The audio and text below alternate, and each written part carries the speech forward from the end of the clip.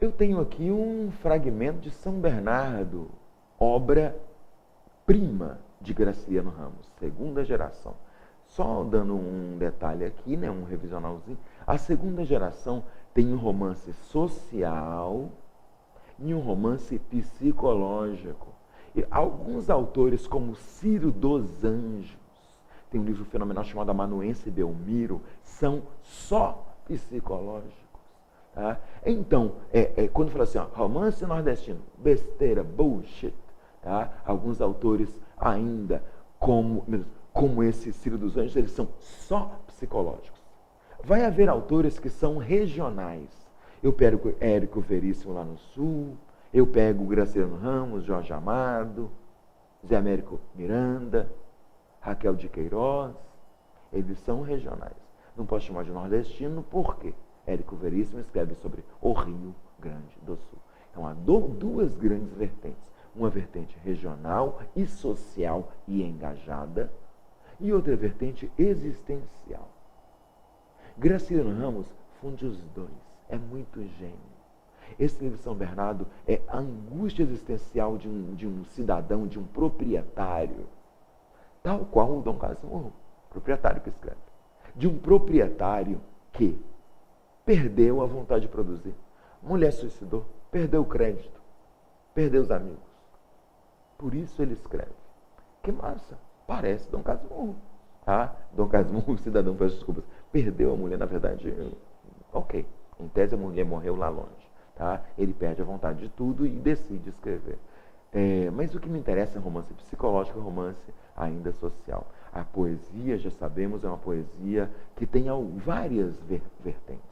Em geral, uma poesia filosófica, tá? Uma poesia de contemplação neossimbolista, como acontece com a poesia de Cecília Meirelles. O vento voa, a tarde toda se atordoa, a folha cai. Haverá mesmo algum pensamento sobre essa tarde, sobre esse vento, sobre essa folha que se vai?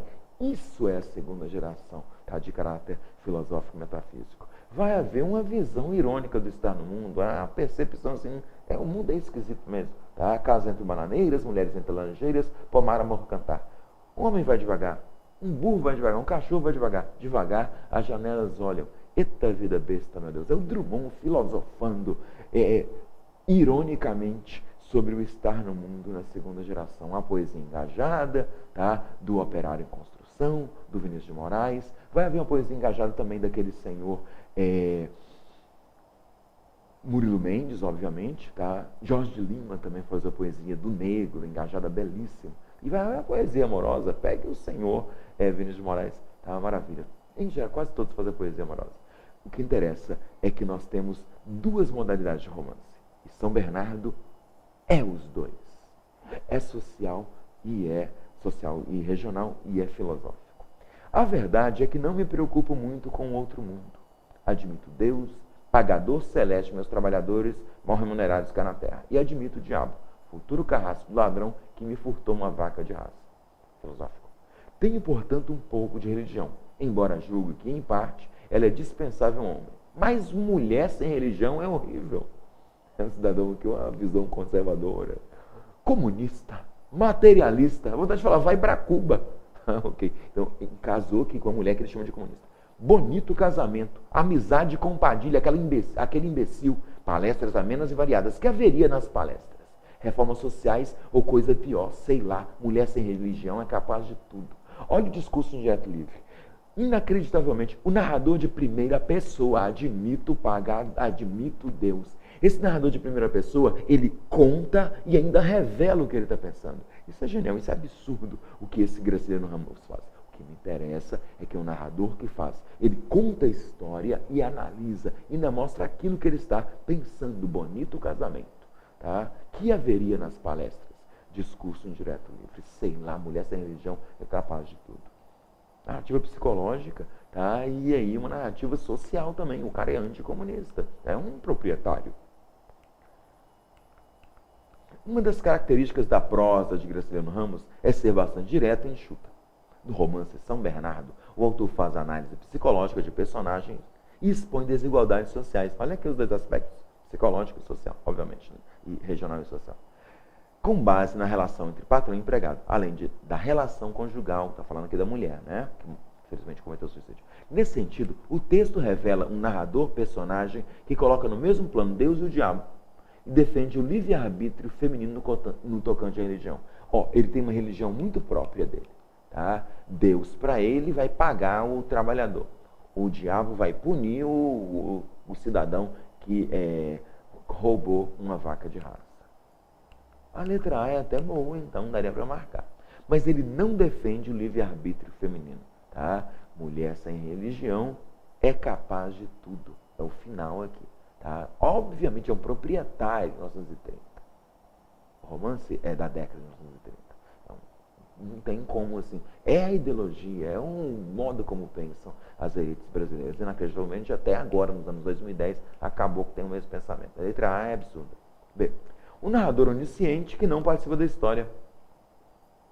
Admito Deus. Tenho, portanto, admito o diabo. Tá? Muito bem, o narrador é de primeira pessoa. Isso é inacreditável. O narrador de primeira pessoa fazer análise psicológica de si. Muito. É discurso direto livre, apesar de ser de primeira pessoa. O comum, né, já que eu falo que é absurdo, o comum é que na terceira pessoa o narrador revele o pensamento da personagem. A letra B é absurda. O narrador é de primeira pessoa. Letra C, uma narração em terceira pessoa, eliminado. Letra D, um discurso em primeira pessoa, que transmite o caráter ambíguo da religiosidade do personagem. Até porque ele tem uma religião dele, é do jeito que ele quiser. Mas mulher deve ter religião. O caráter ambíguo da religiosidade do personagem. Tem uma visão, assim, ele pode ser do jeito que ele quiser, mas a mulher tem que ter. E sua convicção acerca da relação que a mulher deve ter com a religião. A letra D é muito boa, é uma questão técnica, tá? É uma questão também de teoria da literatura, e evidente também de historiografia literária. O narrador alheio às questões socioculturais e econômicas. Meu Deus. Ele xinga a mulher. Comunista, materialista, bonito casamento.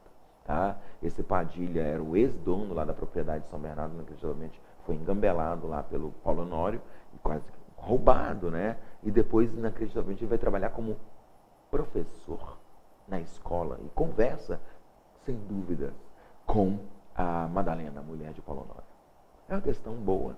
Deve-se assinalar a alternativa D de dado. Até porque ele não é alheio às questões, ele xinga a mulher de comunista. Adiante. Eu tenho aqui, apesar de ser Machado de Assis, uma questão de figuras de linguagem. Nunca tinha ido ao teatro. E mais de uma vez ouvi dizer o Menezes que ia ao teatro, pedi-lhe que me levasse consigo. Nessas ocasiões, a sogra fazia uma careta, as escravas iam à socapa. Ele não entendia. Vestia-se, ele não respondia. Vestia-se, saía, só tornava na manhã seguinte. Mais tarde é que eu soube que o teatro era um eufemismo em ação. Menezes trazia amores com a senhora separada do marido e dormia fora de casa uma vez por semana.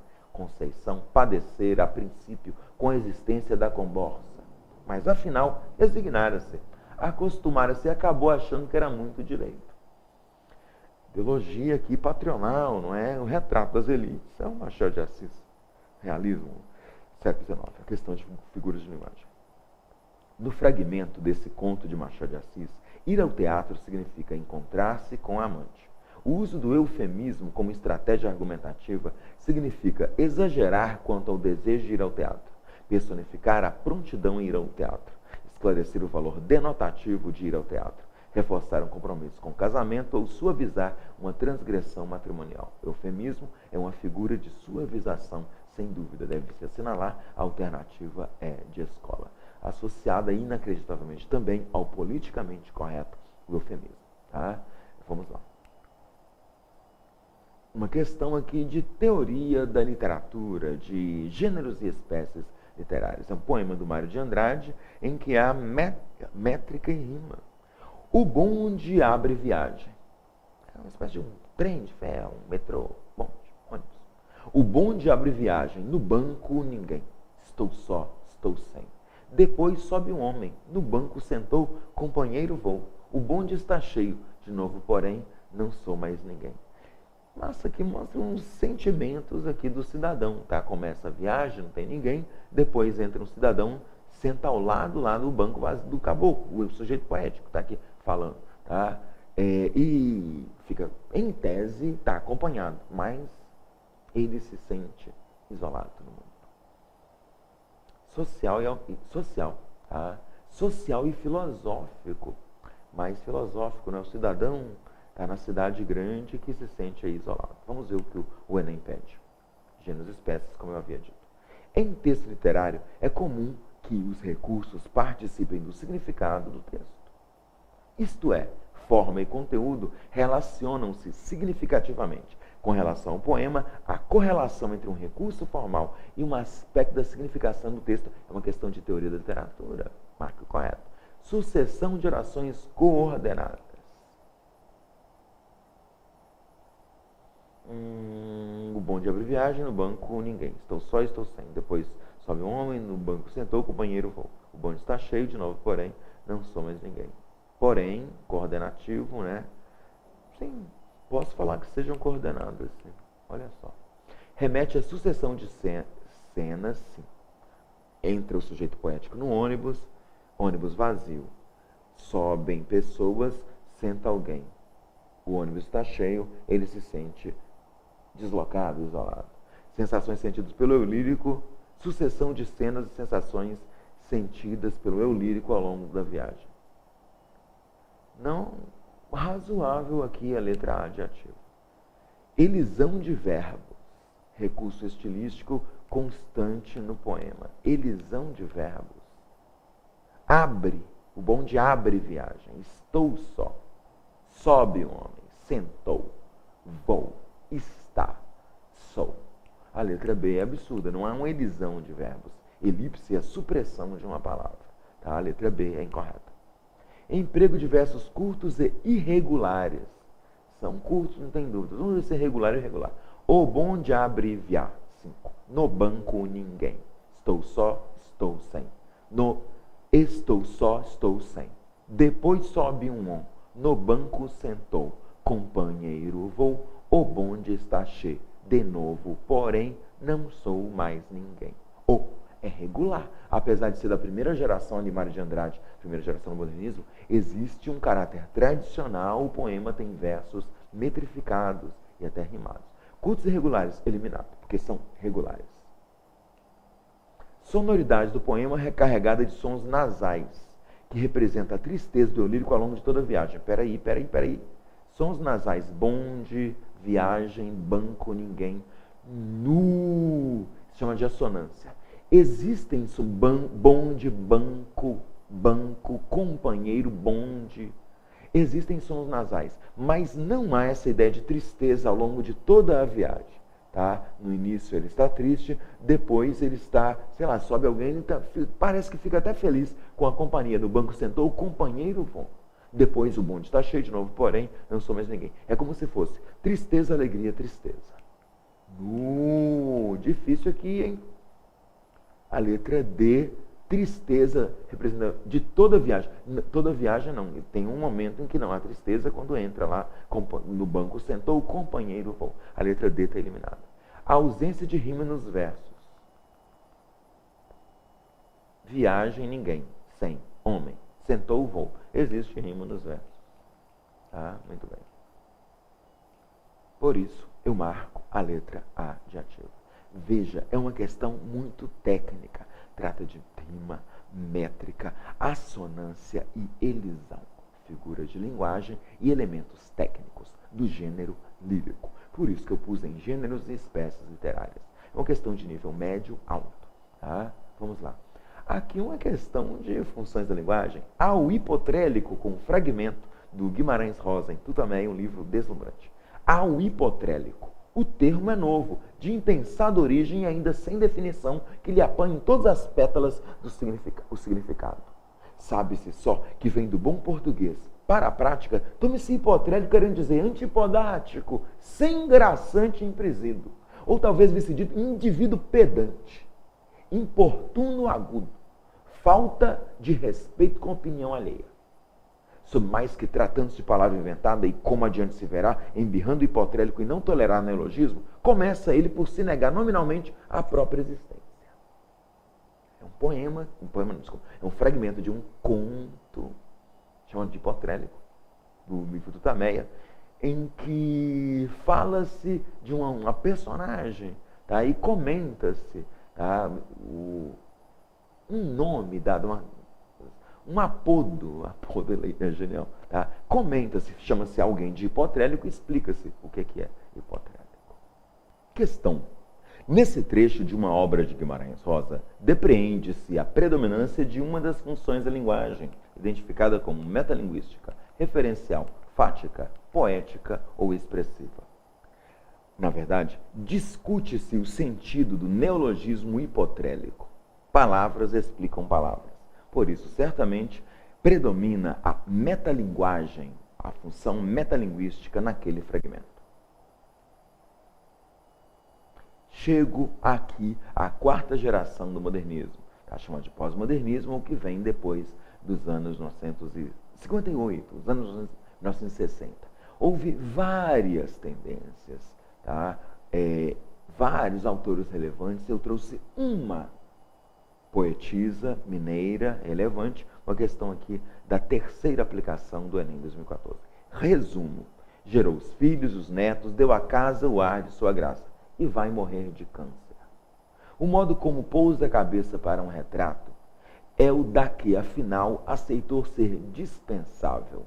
Espera sem uivos a campa, a tampa, a inscrição, 1906, 1970. Saudades dos seus, Leonora. É trágico, é terrível, ok, existencial, filosófico, tá? Mas fala-se de uma mulher, e a mulher aceita a morte. É a aceitação da morte, é trágico, tá? A condição feminina aí, tá? Na verdade é uma condição existencial, humana, mas também é a mulher aqui, tá? Que aceita a morte, tragicamente. O poema tem um caráter prosaico, até pelo título, resumo, e versos livres e brancos, obviamente. Há uma proximidade muito grande na forma e na linguagem da quarta geração da poesia e da primeira geração da poesia, inacreditavelmente. Vamos ver o que o Enem pediu. O texto de Adélia Prado apresenta uma mulher cuja vida se resume. Sua expressão poética revela as contradições do universo feminino feliz. Frustração relativa às obrigações cotidianas, busca da identidade no universo familiar, subterfúgios de uma existência complexa, resignação diante da condição social imposta. Na verdade, a melhor alternativa é a letra E. A mulher se encaixa no papel dado a ela. Também aceita o papel, assim como aceita a morte. A questão é bastante boa, tá? Houve aqui uma analogia entre o câncer e a condição feminina. Absurdamente boa a questão. Tá? Na verdade, o poema é muito bom e essa metáfora indicada aqui pela letra E é genial. Muito boa. Essa foi a análise da prova de linguagem, das questões de literatura. Você sabe agora todos os temas, a importância, tá? Tudo, excelente prova e excelentes estudos. Até a próxima.